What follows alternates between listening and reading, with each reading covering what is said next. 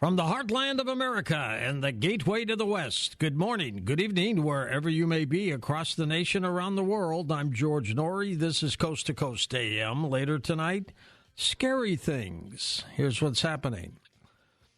Lawmakers have voted to oust House Speaker Kevin McCarthy, the Republican out of California, from his leadership role. First time in history of the House of Representatives that the chamber has voted to boot a member from the top job. 8 Republicans voted with every present Democrat to vacate the Speaker's chair. The final vote was 216 to 210 in favor of McCarthy's ouster. Goodbye. The number of job openings at U.S. employers unexpectedly jumped in August, a testament to the continued resilience of the labor market, according to new data released by the Bureau of Labor Statistics. Expert on such matters, Charles Kopp, is with us. Charles, that's a little bit of good news for us, huh? I don't know, George. You know, this is the same figure we saw in May, and I don't think it's really a good metric for the economy because the Biden administration is gaslighting us when they say we have a strong economy. And, you know, when the charts indicate that mostly these are low-paying jobs, part-time jobs in the gig economy, which is the new normal. And we have openings we find in the service sector, state and federal jobs, education and schools. Of course, that's kind of seasonal, and a shift from leisure and travel in the summer and so on. But, you know, California, your state, just passed a law to raise minimum wage to $20 for the food franchises, fast food, that have 60 locations. I mean, that's a 30% increase. They have the highest minimum wage already, $15 and something. This will go into effect next year in April. But, you know, this is going to lead to layoffs. There'll be more part-time hours, and you'll have more expensive hamburgers. And, you know, 50 years ago, manufacturing was the largest sector in the U.S. for about 40 states, and now it's only about 7 states. It's a really sharp decline. These jobs have all gone to China, you know, a labor arbitrage. And you have right now, they say officially unemployment's around 3.8%, which is around 6 million people. But, you know, according to the shadow stats, the real figure is closer to like 24%. There's a lot of people that are not being represented. They underreport this at the BLS, as you know, and this would be even more than we had in the they reported in the COVID years. But, you know, we have these job openings, so why aren't people working? Why aren't they seeking for work? You have, I believe the COVID pandemic really changed the landscape. They call this they're calling it the Great Resignation. It's a shift to expectations that workers have now because, you know, millions are working remotely, and 80% want to keep it that way. They've moved to these rural areas like where I'm at, the north of Coeur d'Alene and everything. And so they moved from the cities. They don't want to go back. What are they going to do? Look at commercial real estate. That's collapsing. And then that's being held by the banks, and that's another shoe to drop. So, you know, this is the real economy, and the Chamber of Commerce has cited several reasons. We've seen this list, but people are taking some early retirement. They don't want these low-paying jobs that are being offered. This is the new normal. But many have started their own businesses in the gig economy. That they might have 2 or 3 jobs. But a big reason is also daycare costs. Child care keeps people at home, can't afford it. But another big reason, I think, is people are sick. They have disabilities. They have health concerns about COVID and so on. That killed 1 million people. And Ed Dowd is he's a Wall Street analyst, and his team has produced some statistical research on the funeral and insurance industry, which has seen a 40% spike or increase in death and disability claims. And you're not hearing much about this, but you know this includes the group insurance plans and so on. He noted how about 80% increase in the sudden death events that we're seeing in the younger demographic, 25 to 45. But he puts that in his book, Cause Unknown. But you know, lots of people think that these vax injuries are not being reported. You have a lot of people out of the labor force. Maybe this is one of the reasons, but you know what they say, George, a recession is when your neighbor's out of work, but a depression is when you're out of work. That's a good point. How do people get your newsletter, Chuck?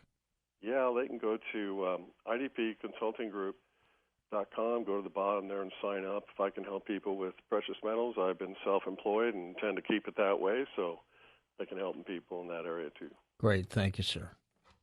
The United States military kicked off 2 weeks of multilateral exercises with its Philippine allies and multiple international partners amid rising tensions between Manila in the Philippines and Beijing in China over territorial disputes in the South China Sea. Dr. John Curtis with us from onlinecolumnist.com. Are we provoking China, or is this the real deal, John? George, it is so outrageous what the Biden administration is doing right now.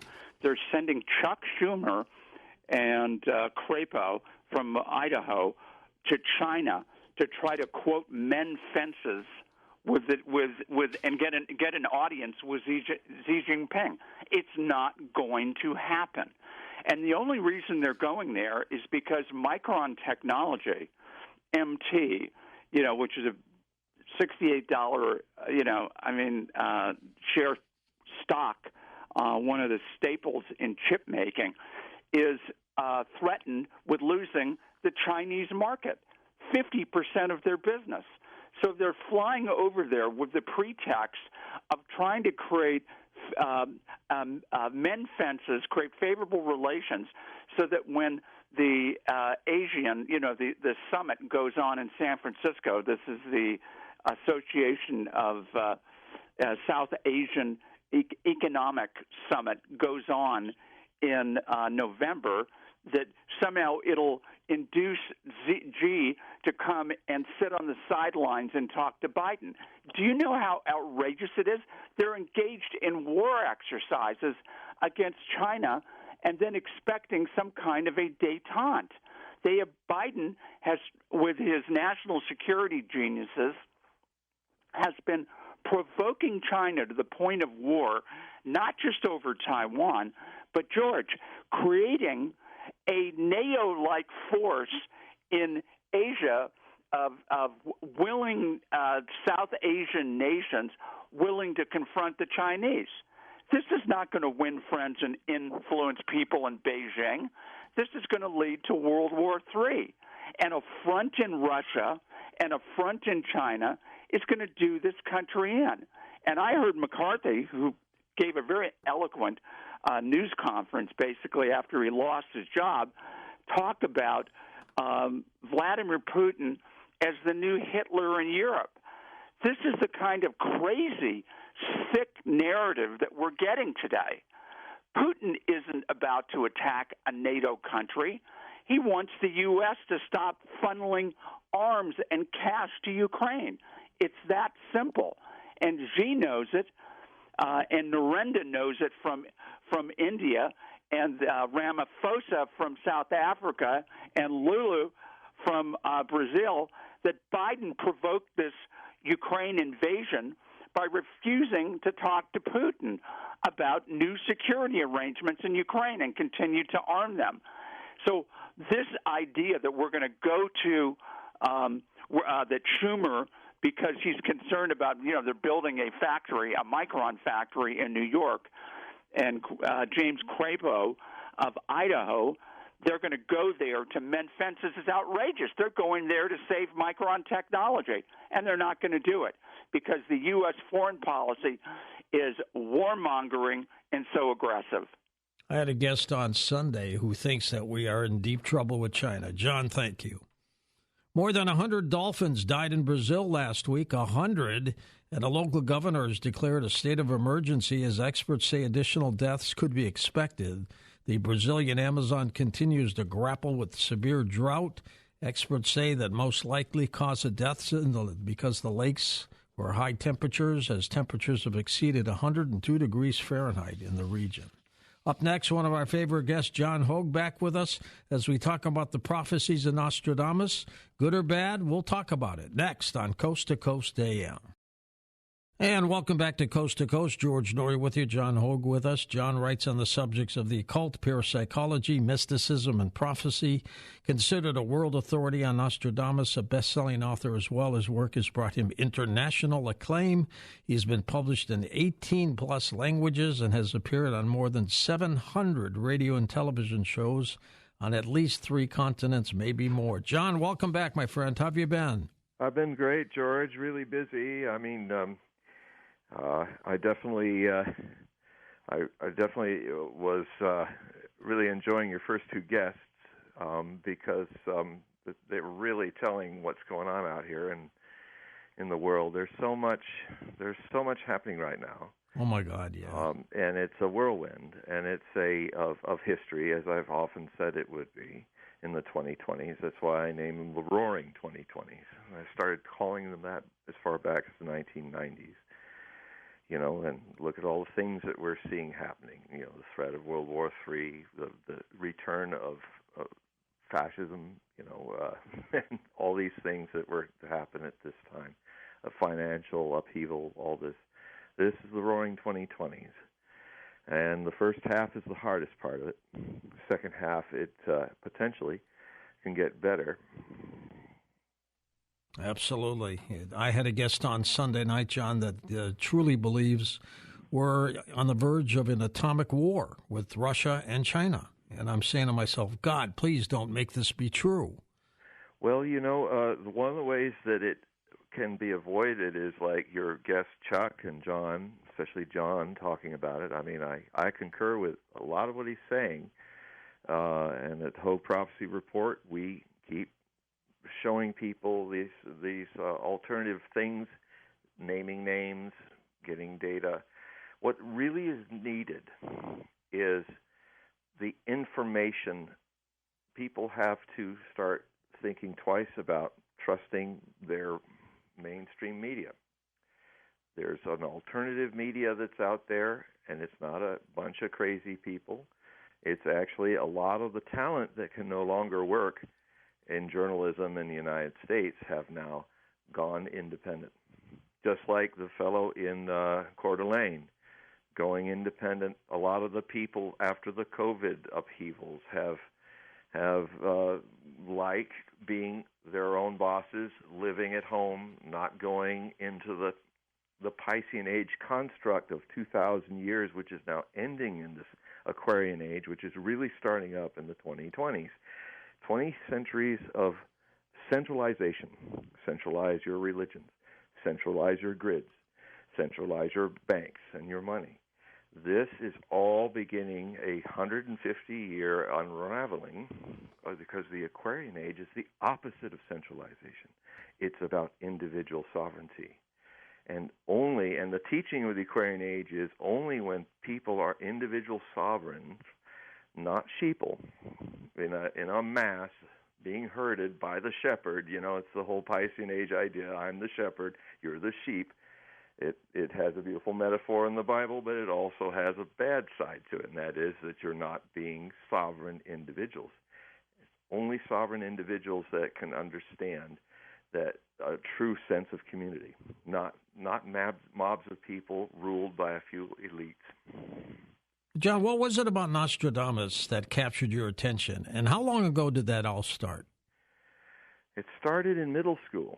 I was trying to sleep off my lunch in middle school in Ridgecrest High, junior high in Palos Verdes, and they were playing a movie. So it was dark because they had the reels running.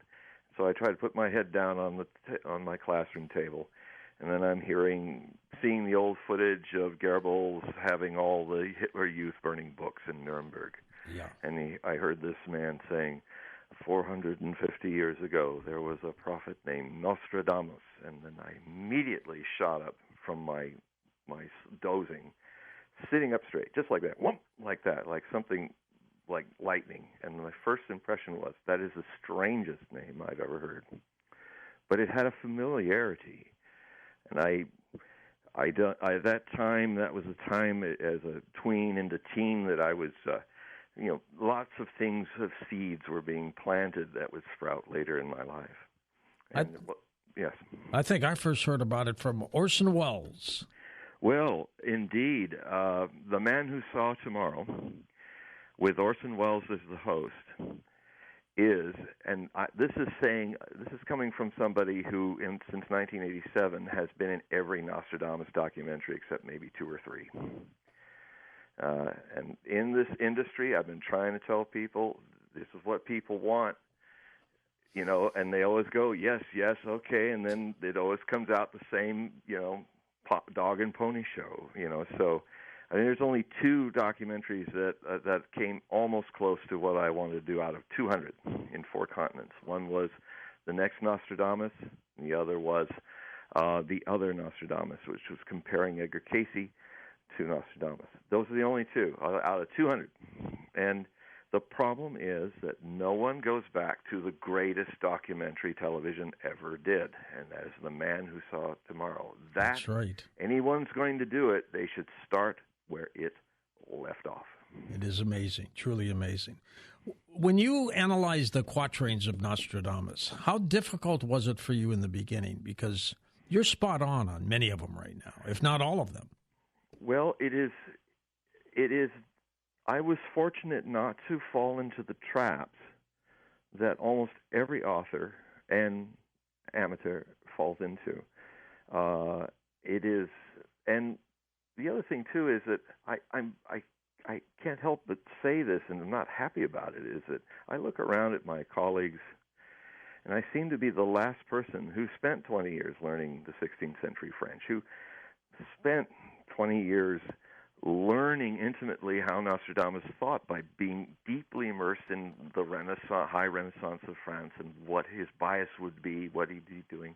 And, how can you know what's a good translation or not unless you learn how to translate yourself?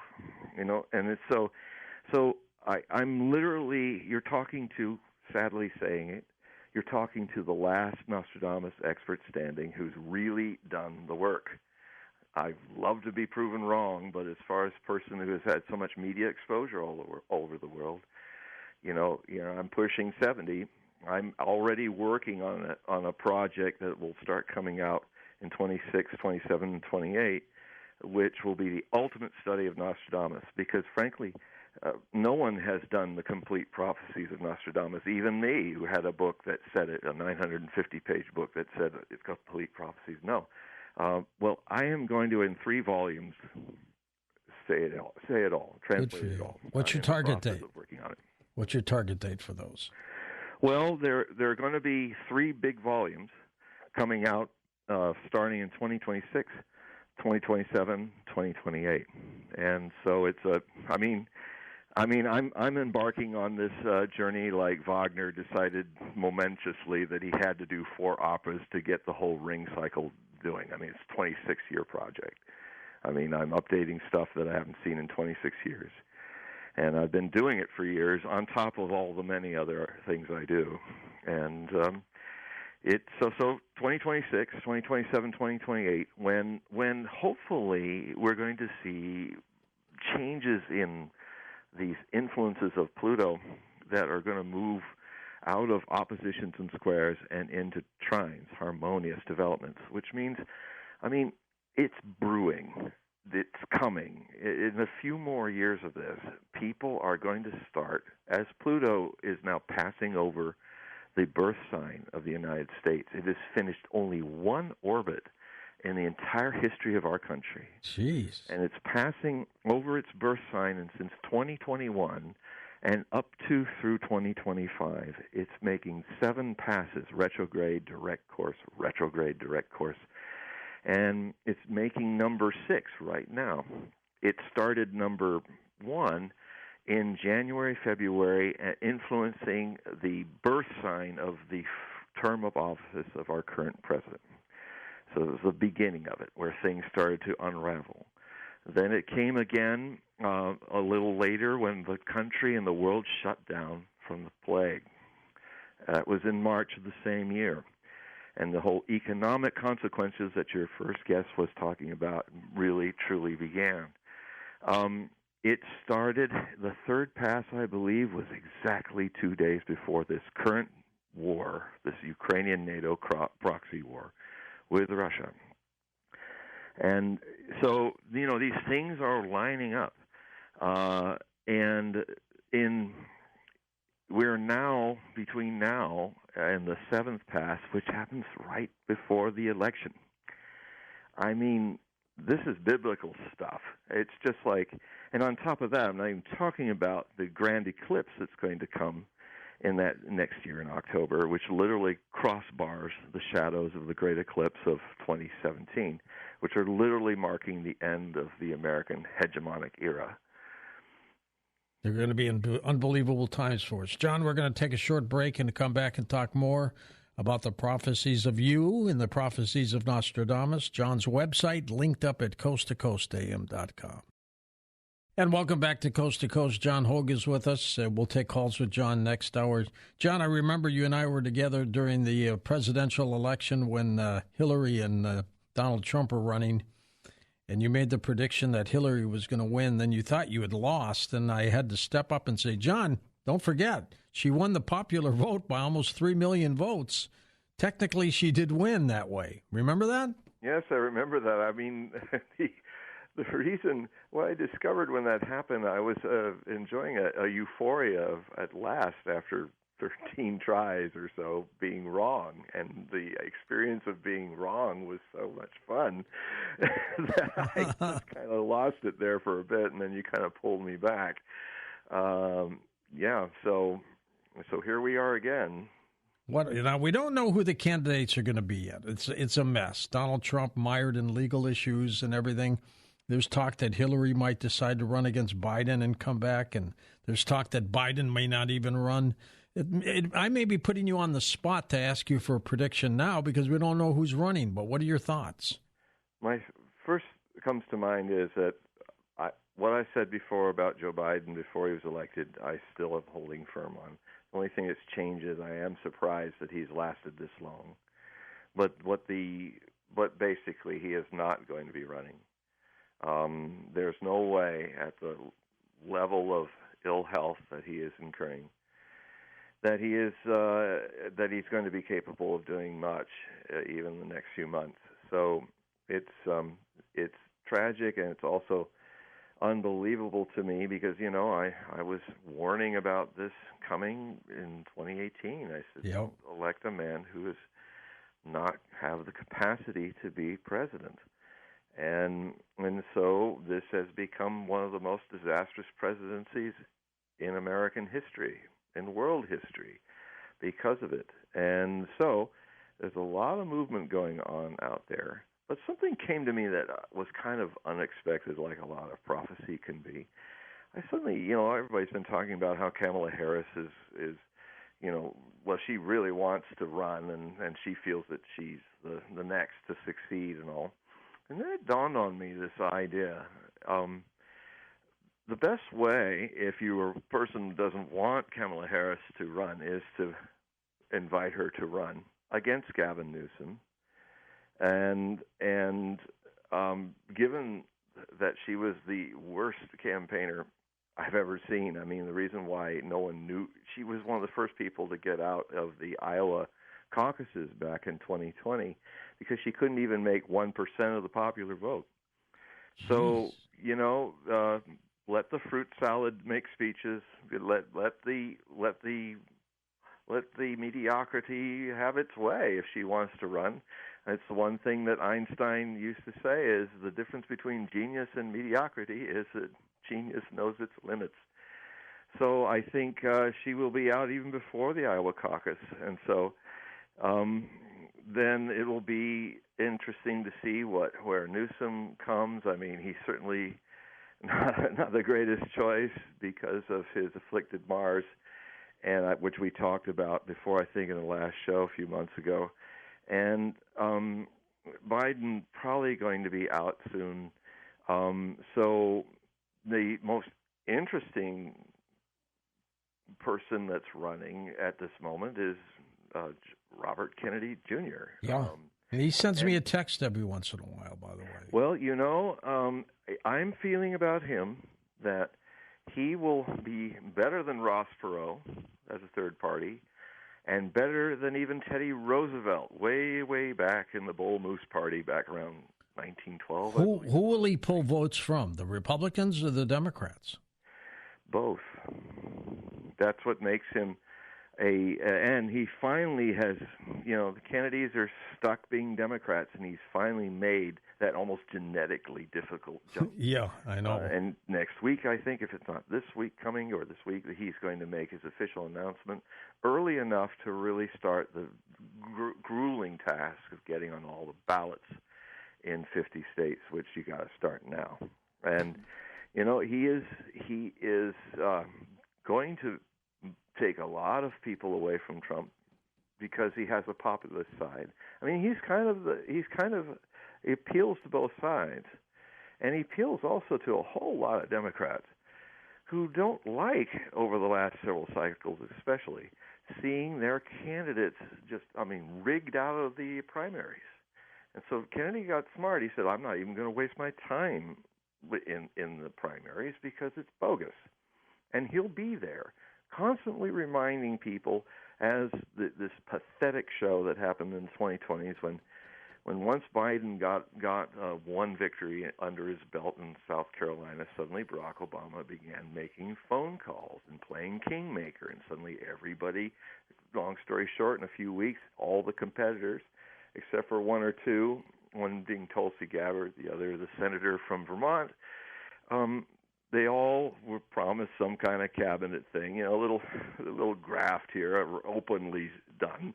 And Buttigieg, became transportation, and on and on. And I was watching. God, this is stuff you see in banana republics. And so, what happened is all the competition was taken out, and Biden was chosen by Obama to be the heir apparent. And then he also chose Kamala Harris to be his heir apparent after him, and which once again shows to me how he is one of three of the first presidents in this new century that have been afflicted with Neptune squared the sun. Bush and what does that mean? And delusional par excellence. It's like, unless you have planets to help you out with it, you think you're talking to a higher father like George W., and then you go to war to Iraq because God told you to, and it really was your pathetic subconscious, playing God. And then Obama had it by his political, he wins the impossible thing, the woman that's impossible to get syndrome is what I call it. I mean, he had won the woman impossible to get, his wife, and then he won the impossible voters to get, a black man being president. And then just when he was beginning his first term, when he had both the House and the Senate and total power in the situation, he went and had that dinner with the leaders of Fox and the media, the right wing, and they basically told him, we don't want the black man in the White House, and we will do everything to make sure that you're a one-term president and none of your things happen. Now, if he was not afflicted, he would have said what Bashar al-Assad said when Trump said, yeah, we took the oil fields of Syria. It's our spoils. And he just, his response shows at least that he's a very mature leader. He just said, it is always good to have a transparent enemy. And so Obama, under this affliction, he should have said, thank you, everybody, ladies and gentlemen of the right. Thank you. You just give me a way to fight back. And he did. So transparent. But what he did is he tried for 3 years to win them over, lost the House and Senate. He was still trying in the middle of his second term. That's his delusion. Now, his delusion is that his sun sign chart in Gemini and Uranus is squared Pluto in Virgo. No, sorry, Saturn in Neptune in the American chart in Virgo, which is a boom-bust cycle sign. So he either will, it was perfect for him. His bogus boom was a bubble. But because he was not in his second term to have it pop like it popped on Biden, he got away with that. But he's self-delusional about that. And then the other side of it is that the American people are represented by this delusional square, which means that both sides, Trump doesn't really see the people as they are, and the two sides, it's kind of like a menage a trois, a Mormon marriage. It's sort of like you have the blue, bigger wife who absolutely is driving herself insane with Trump, the arrangement syndrome, that she can't think straight. And then the smaller red wife is sitting there singing, "Stand by your man." And then that is kind of the triangle that is going on with Trump. Now, Trump still, I think, has a very good chance of winning. I mean, let me ask you this. In spite of his legal problems, he still is the overwhelming Republican favorite. I don't understand it. Well, this is what's so great about, that's why, if people read me, they're going to get all my sources, because I've found like Garland Nixon and other people that are people in the black alternative media that just read it just right. They said, look, when he was running last time, he was playing the man. He was playing the power, and that's why the black people were not so interested in. But now he has tremendous support in the black community, because now the Democrats are playing the man, sitting on him. And it won't be in the demographics, because these pollsters, they have an idea of what should be happening, just like most of the news agencies in America now. This is what Russia is all about. This is what China is all about. And what it's really all about is isolationist, idiotic projection. So you think he's got a chance? Oh, yeah. He's got a chance. I mean, what if he gets convicted on one of these cases?